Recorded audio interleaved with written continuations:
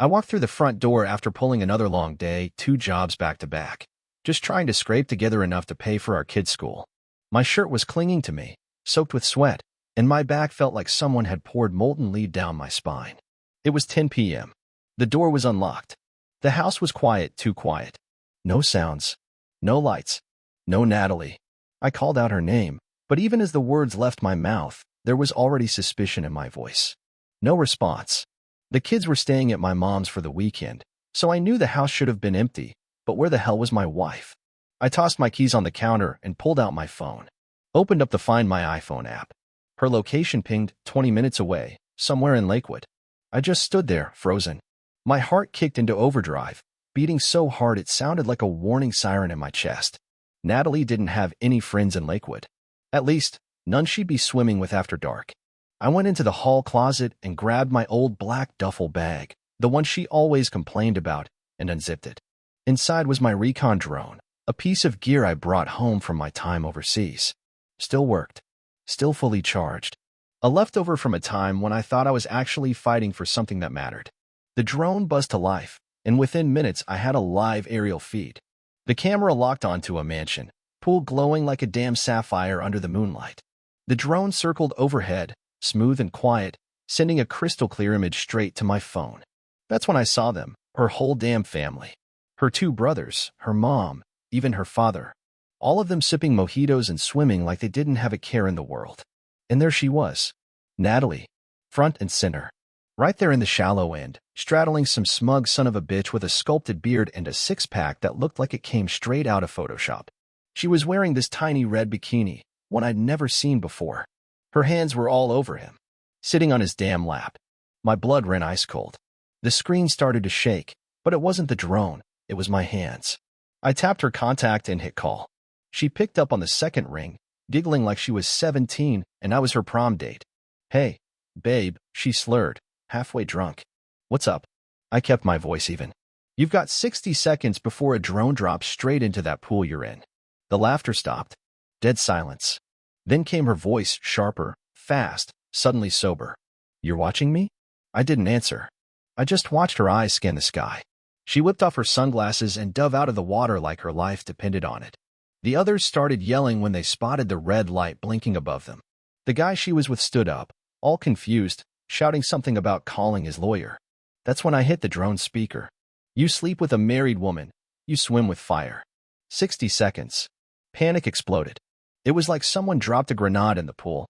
Everyone was scrambling, slipping, screaming, bare feet slapping tile, mojitos flying. Natalie lost her footing and smashed her knee. She screamed like she'd been hit by a sniper. I didn't blink. 30 seconds later, I guided the drone into a dive fast and low, then pulled it up just 3 feet from the surface. The wind from the rotors sent waves crashing up onto the edge of the pool. People were running. Natalie was crawling on her hands and knees, yelling into her phone. "You're insane. Look. You're F*** king insane." I didn't argue. Just smiled to myself, bitter and cold. Then I ended the call. And that was just the beginning. She came home about 2 hours later, soaked in chlorine, hair plastered flat to her scalp, mascara streaked like she'd walked off the set of a cheap horror movie.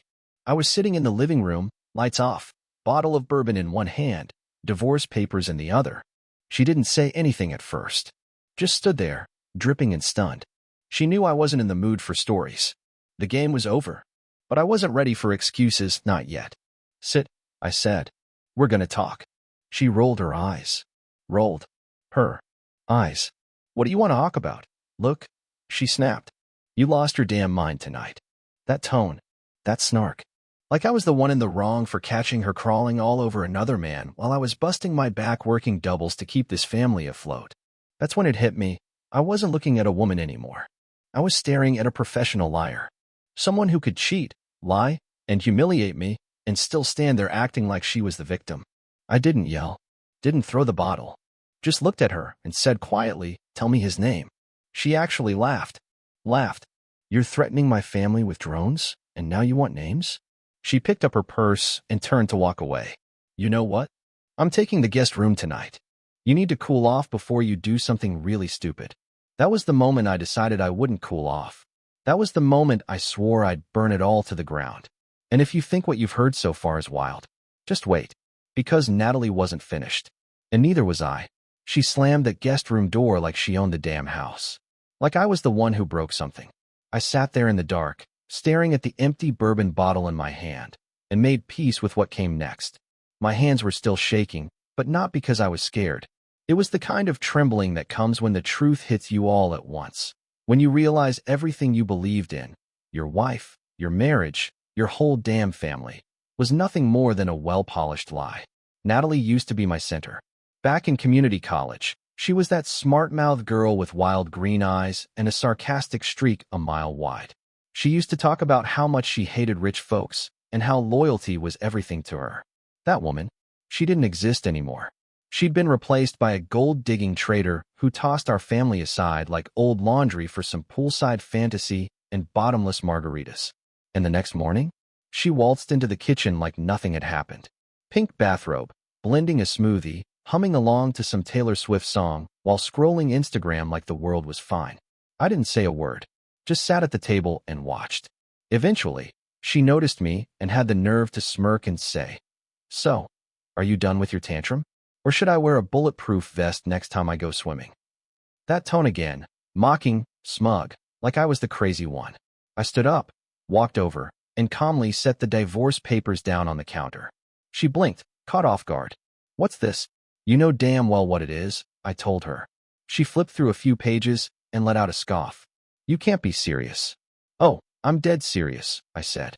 "I'm filing for full custody. The house stays with me. And you? You can go shack up with Mr. Abs in Lakewood."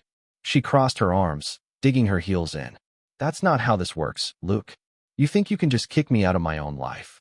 I took a step closer, kept my voice low and steady. "You made your choice the second you sat in that man's lap. I just didn't realize your whole damn family was in on it too." Her face twitched for a split second, just enough to show the mask slipping. "That wasn't what it looked like," she lied, smooth as anything. I narrowed my eyes. "Then what was it, Natalie? A networking event? Were you testing out swimwear for the kids?" She turned away and muttered, "I was drunk. It got out of hand." "Drunk," I repeated, letting the word hang. "You've been seeing him for months." "I saw the messages, Natalie. The ones you forgot to delete from the cloud." That hit her like a slap. Her posture shifted. She knew. "Yeah," I continued. "I saw the pictures. The late night I miss you texts. The one where you said, 'Luke's too tired to touch me. He smells like sweat and failure.' But the one that nearly crushed me? Your paradise. That one almost did me in." She spun around and took a swing at me, but I caught her wrist midair. "Don't," I said, voice cold as a blade. "Don't you dare try to make me the monster in this story." She yanked her arm back and stormed off down the hallway, shouting, "You don't understand what it's like. Living with you is like being in prison." I followed, not yelling, just speaking the truth. "Yeah? A prison you built with my paycheck." She whipped around, eyes glassy with crocodile tears. "I was lonely." "No," I said, locking eyes with her. "You were greedy. And there's a big damn difference." Then I finally asked what I'd been holding back for weeks. "How long, Natalie? How long have you been crawling into his bed while I broke myself to hold this family together?" She didn't answer. She didn't have to. That silence. It said everything. And right then, something inside me cracked, but not in the way she wanted. I didn't break down. I didn't scream. I didn't cry. I just smiled. Not out of happiness, but because I finally understood. This wasn't a mistake. This was war. And I was finished playing the nice guy. 3 days went by. She stayed holed up in the guest room, slamming doors like a teenager, throwing little jabs whenever she passed me, acting like she was the victim. Every morning, she'd get up early, paint her face like she was shooting a music video, and head out like she didn't have a care in the world. Never mentioned the divorce papers. No apology. No explanation. I didn't push. I waited. I watched. Because I knew Natalie. She wasn't the type to cheat for nothing. If she was stepping out, there was leverage involved. And if there was leverage, there was a pattern. A trail. So I did what I do best, I dug. While she played pretend, I got to work. Hacked into our home Wi-Fi logs. Every connected device, every IP address, every geolocation ping. It all told a story. And guess what? This wasn't some new fling. Natalie had been sleeping with this guy for over 6 months. His name was Derek Nelson. Big shot real estate mogul. 6 properties across California. Been married twice, divorced twice. No kids. Net worth? About $13 million. And Natalie had been to his fancy, gated mansion more than a dozen times.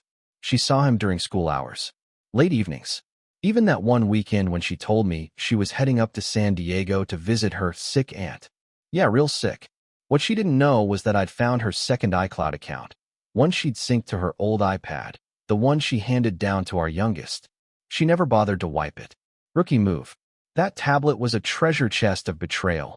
Emails, hidden folders, voice memos, and even a video. In it, she was lying half-naked on a cabana bed beside Derek, sipping champagne and giggling like a schoolgirl. I told Luke I was getting a pap smear. She laughed to the camera. Guess this counts as one too. Then she cackled louder while Derek gave her a playful smack on the behind. My blood went cold. I slammed the iPad shut, face down on the kitchen table, and walked out before I did something I couldn't undo. I sat in my truck, hands wrapped tight around the steering wheel, trying to suck in air that didn't feel like fire. 6 damn months. 6 months of lies while I was out grinding myself to the bone, working double shifts, skipping meals, losing sleep. Meanwhile, she was out living like a damn queen. Massages, champagne, strawberries dipped in chocolate. But I wasn't mad anymore. Not in the way I had been. I was laser-focused. So I made a plan. Called in a favor from a buddy in private security. Within a few hours, I had a file on Derek Nelson so thick it could prop up a coffee table. Turns out, Mr. Real Estate wasn't just a homewrecker. He was a walking scandal, tax dodging, hiding assets in shell companies, and even a hush-hush harassment payout to a former employee. Nothing felony level, but the kind of skeletons that can ruin reputations fast when the wrong people find out. Then I let my pettier side have some fun. I mailed Derek a little package. Inside, a bunch of printed photos, him and Natalie in some very compromising positions. I added a fake positive pregnancy test for flair. Topped it off with a note. She's all yours now. Good luck with her version of loyalty. No name. No return address. No fingerprints. I knew the second he opened it, Natalie would get a call. She did. That evening, she stormed in looking like she'd just seen a ghost, clutching her phone like it was the last lifeboat on the Titanic. I was in the kitchen eating cereal. Calm. Collected. She stood in the doorway, wild-eyed. What the hell did you do? I looked up from my bowl. You'll have to be more specific. Her nostrils flared. He's freaking out. Thinks I set him up. You're insane, Luke. You've completely lost your mind. I took a slow bite, chewed, swallowed. Maybe. Or maybe I've just finally caught up with reality. She stepped closer, voice rising, eyes blazing. You're sabotaging me. I nodded. No, Natalie. I'm documenting you. She blinked, caught off guard. What? I leaned back in my chair, arms crossed. You're about to learn something important, sweetheart. When you betray a man who gave you everything, he doesn't always break down. Sometimes he reloads. And I hadn't even pulled the trigger yet. That little package changed things. After it landed, Natalie stopped sleeping at Derek's place. I don't know if he ghosted her, or if he thought the drone was still circling over his fancy pool. Either way, she came crawling back, playing pretend again. Suddenly, she was making dinner, spaghetti, chicken piccata, even pork chops. Burnt to hell, but hey, she tried. I didn't eat any of it. I wasn't hungry for food. I was hungry for justice. Friday night rolled around. She went all out, set the table, lit candles, even slipped into that old red dress I hadn't seen in years. She sat across from me, smiling like she was auditioning to be the next perfect housewife. We should talk, she said softly, running her finger around the rim of her wine glass. I didn't say a word. She tried again. Look, I know things got messy, but maybe we can fix this. For the kids. I almost laughed. Messy? I took a sip of water and said, Natalie, you turned our marriage into a discount soap opera. Her fake smile dropped. I made mistakes, okay? She muttered. I leaned in. Which one exactly? Was it the part where you lied about doctor's appointments? Or the part where your lover slapped your ass while you mocked me over champagne? Her throat moved as she swallowed hard. Lips twitching. I didn't mean for it to go this far, she said quietly. Natalie, I replied, voice steady, you were doing yoga in his backyard while our son thought you were at a PTA meeting. That shut her up. The room went still. For a moment, she looked like she might say something honest. Instead, she reached for her favorite weapon, tears. Her voice came out soft, shaking. I was lonely. You were always gone. Always tired. I needed to feel something again. I didn't mean to fall for him. It just happened. No, I said, eyes locked on hers. Accidents happen. You scheduled this betrayal between 2:30 and 5 p.m. Repeatedly. Then I slid my phone across the table. On the screen, the full location log from her phone. 25 trips to Derek's mansion. 25 separate lies. And this time, Natalie didn't even try to deny a single one. She just stared down at her plate like it might swallow her whole. Then she said something that made my stomach turn. Well, at least I didn't sleep with him in our bed. I blinked. Thought I misheard. That's her defense? She gave a little shrug. I'm just saying, I respected some boundaries. That was it. That was the line that pushed me over. I stood up, slow and steady, walked into the kitchen, and came back with a folder in hand. Slapped it down right in front of her. Inside, printouts of text messages between her and her sister, Julia. Luke would lose it if he ever found out, especially after everything he's done for me. But Derek makes me feel alive. OMG, girl, just marry rich and dump the poor one. That's what I did with Anthony. I know, but Luke would make the divorce hell. He's scary when he's hurt. I pointed right at that last one. So you knew this would destroy me. And you did it anyway. She looked like she'd seen sunlight for the first time in a decade. Pale, shaken, caught.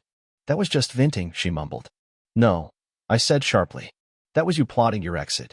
Using me for daycare and rent while you planned your little upgrade.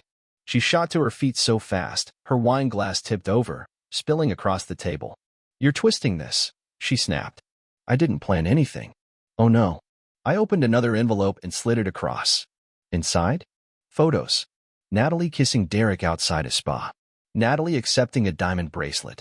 Natalie slipping cash into her purse, probably from him. She snatched the folder and chucked it across the room like a child flipping a board game. This is insane. You've been spying on me. I took a step toward her, voice low, steady. No, Natalie. I've been waking up. And now? So are you. She backed away, eyes narrowing. You think you can ruin me, Luke? Take the kids? The house? Everything. I let out a single, dry laugh. Cool. Try me. Because what she didn't know yet was that I already had a deeper plan in motion. One that involved someone she thought was in her corner. The next morning, she was gone. Slipped out early, probably to regroup. Maybe to call in reinforcements from her circle of snakes. Her car was missing, and her side of the guest room closet looked like a war zone. But I wasn't worried. In fact, I'd been expecting it. Because I'd already set the trap. And the bait? Her sister, Julia. Julia was basically Natalie 2.0, just louder, more chaotic, and a little more shameless. She married rich, cheated within 2 years, got busted, divorced, and somehow walked off with half his fortune and a beachfront condo. She wasn't a sister, she was a mentor. A con artist in yoga pants posing as a Pilates coach. But unlike Natalie, Julia liked to run her mouth, especially after 2 glasses of wine. So I called her. Hey, Julia, I said in a warm, fake-as-hell tone. Mind if we talk? She paused. Luke?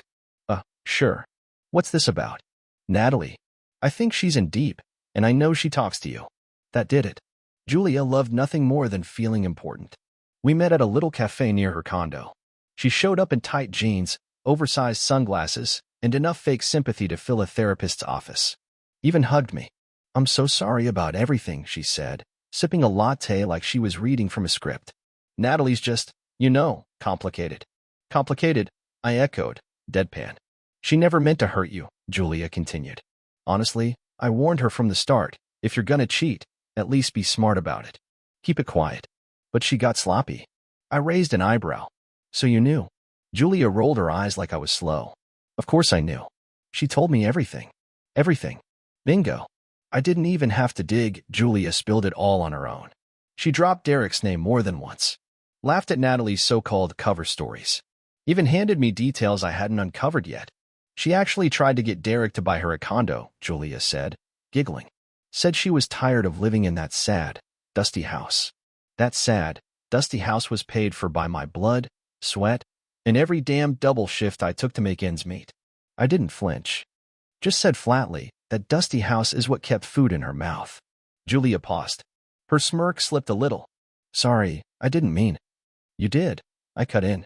And that's fine. I leaned in slowly, lowering my voice just enough to make her lean forward. I just needed confirmation. She frowned. Confirmation of what? I met her eyes. That your sister never loved me. That everything we built together was just a stepping stone to something flashier, something richer, and something completely hollow. Julia looked away. For once, she didn't have anything smart to say. You know, I added, voice calm. You might want to check your email later, I said, keeping my tone casual.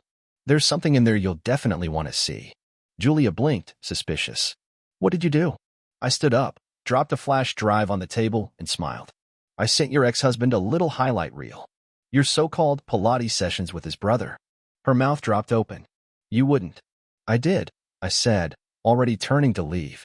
Figured it was time to return the favor. She jumped to her feet, furious. You're sick.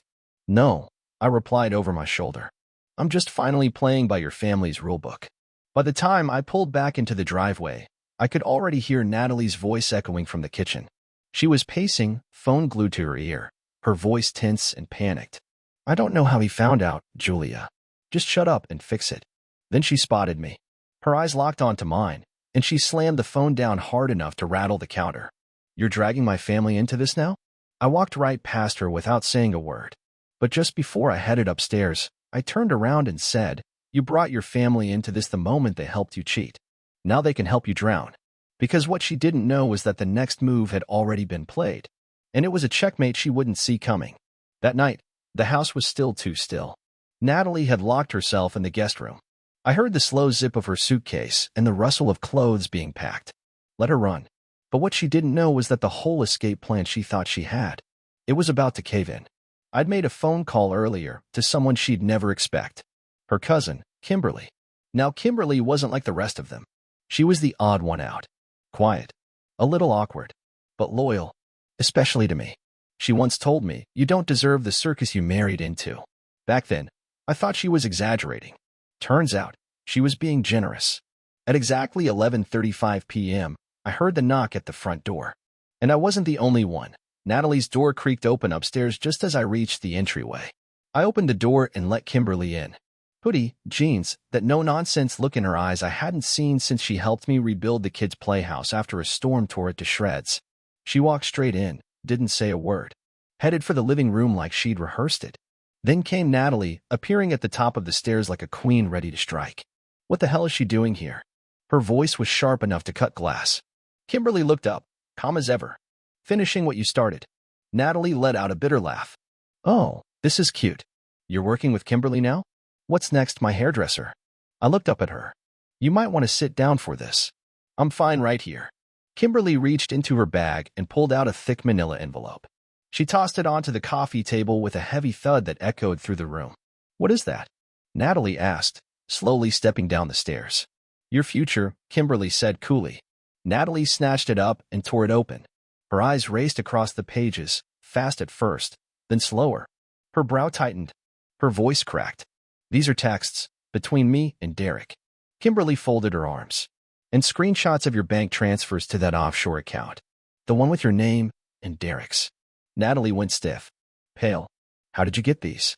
I work in IT security, Kimberly said flatly. Something you clearly forgot when you used my laptop to fake that PayPal refund for your spa trip. Natalie looked like her knees were about to buckle. I was going to pay you back, she whispered. Kimberly laughed once. Dry. Bitter. Sure. Right after you let me take the fall for that fraud charge. I stepped in now. Voice even, sharp. You've been bleeding me dry for months, Natalie. The spa weekends. The new designer clothes. The girls' trips. All while laying the foundation for your soft landing with Derek. Her hand trembled as she dropped the envelope. You can't prove all of that in court, she said. No, I replied. But you'd be amazed what the IRS will believe when they get a neatly packaged report, highlighted evidence, and an anonymous tip. Her face twisted, rage, fear, desperation all scrambling for control. I'll deny everything, she hissed. You think they'll believe you over me? I'll cry in court. I'll say you were abusive. I'll talk about your temper. That's when Kimberly stepped forward. Enough, she snapped. You wrecked his life. Burned down your marriage. And now you're threatening to fake abuse? You've completely lost it, Mel.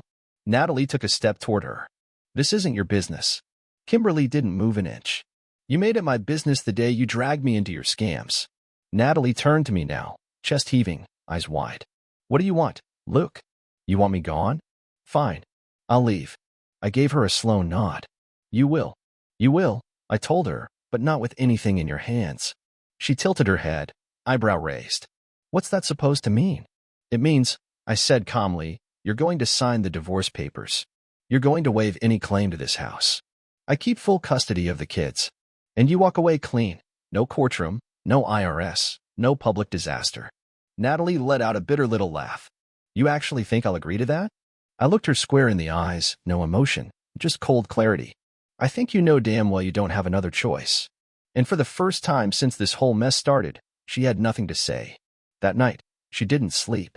I could hear her pacing upstairs. The floorboards creaked with every step, her shadow drifting back and forth under the guest room door like some ghost caught in a loop. By morning, her chair at the kitchen table was empty. I wasn't surprised. But when I stepped out to take the boys to school, I saw her sitting in her car at the edge of the driveway. Engine off. Windows down. Just staring into nothing. Mascara smeared. Face blank. Like a broken statue. I dropped the kids off and came back. She was still there. Still frozen. When I unlocked the front door, she followed me in without saying a word. Quiet. Heavy. She sat down at the kitchen island, folded her arms, eyes glued to the floor. I'll sign it, she muttered. I poured myself a cup of coffee. The papers. She nodded once. No custody battle? I asked, careful. She shook her head. You'd win. And you know it. The silence that followed wasn't hostile, but it wasn't peaceful either.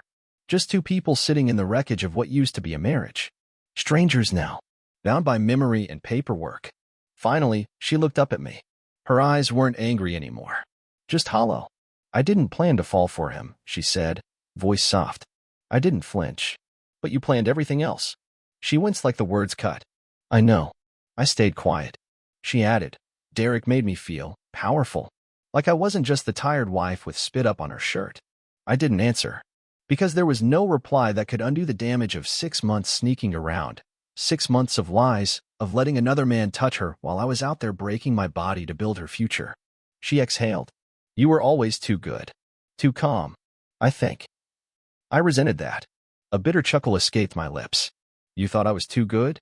That's your reason for betrayal. She lowered her head. It made me feel small. Like I didn't deserve you. That stopped me for a second. That I didn't expect. So you cheated to punish yourself? I asked, my voice sharp. No, she whispered. I cheated because I wanted to feel like I had control again. Like I was still desirable. Like I mattered.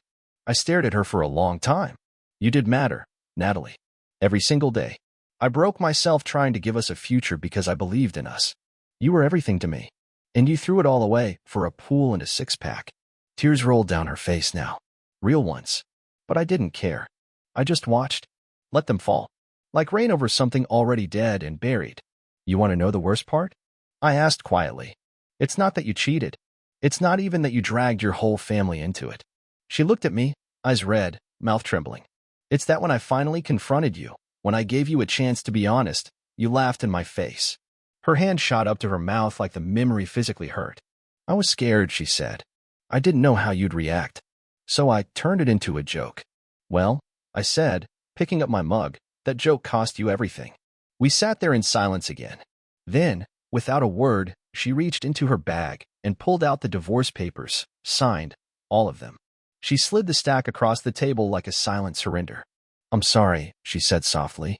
I gave her a single nod. Good. She stood to leave but paused just before the door. Her back was to me. I never thought you'd be the one to outplay me. I stared at her reflection in the glass door. I didn't play you, Natalie, I said. I survived you. And with that, she walked out. The door clicked shut behind her like the last sentence in a book I never wanted to read. But it was done. And for the first time in what felt like forever, I was free. And the air? It never smelled sweeter. The very next morning, I woke up at 6:30 a.m. on the dot. No alarm, just muscle memory. The house was quiet. Not the cold, suffocating silence I'd grown used to, but a clean, peaceful kind of quiet. No doors slamming. No exaggerated coughs from the hallway to remind me she still existed. Just peace. Just me. I stood in the kitchen, drinking coffee slow, letting the sunlight hit my face like I'd finally stepped out of a storm and into something sacred. Natalie was gone. For good. The papers were signed, and my lawyer had already confirmed it. No strings left to pull. No claim on the house. No custody dispute. Just one final signature and the quiet acknowledgement that she had lost. But the damage? That doesn't vanish with a pen stroke. That kind of betrayal, it roots itself inside you. Plants a voice. A chill. A shadow you carry. I'd sit at the dinner table and still hear her laugh in my head, tangled up in Derek's name. I'd open the closet, half expecting to see those red heels she wore to his mansion. They weren't there, but my mind filled in the blanks anyway. You can't unsee things once they've been burned into you. And Natalie? She'd etched herself deep. So, yeah, I was free. But I was still dragging wreckage behind me. Some nights, I'd lie awake staring at the ceiling, asking questions I didn't really want answered. Was any of it real? Did she love me, or just the security I gave her? How do you go from whispering forever to mocking me behind my back, calling me tired, saying I smelled like failure? But over time, those questions stopped mattering. Because the truth was plain. I gave her everything. And in return, she handed me poison, wrapped in a smile. A week later, I met up with Kimberly again. Just wanted to say thank you. We grabbed coffee at a quiet little place, and she asked how I was holding up. Stronger, I told her. She looked me over and smiled. You don't look angry anymore. I'm not, I said. I'm just done. She nodded, slow and sure. Good. You deserve peace. And for once, I believed it. The best part? The kids adjusted better than I ever expected. I sat them down, told them the truth in the gentlest way I could. No bitterness, no blame. Just facts. Sometimes grown-ups stop being kind to each other, I told them. But we never stop loving you. They cried. I cried. But they clung to me like I was the only solid thing left in their storm. And that was all I needed. A month passed. Then one night, out of nowhere, I got a text from Natalie. One of those vague, regret-filled messages people send when the past starts to sting. Do you ever think about how things used to be? I stared at the screen for a full minute. Then I deleted it. No response. No reply. Because there was nothing left to say. Natalie made her choice. And I made mine.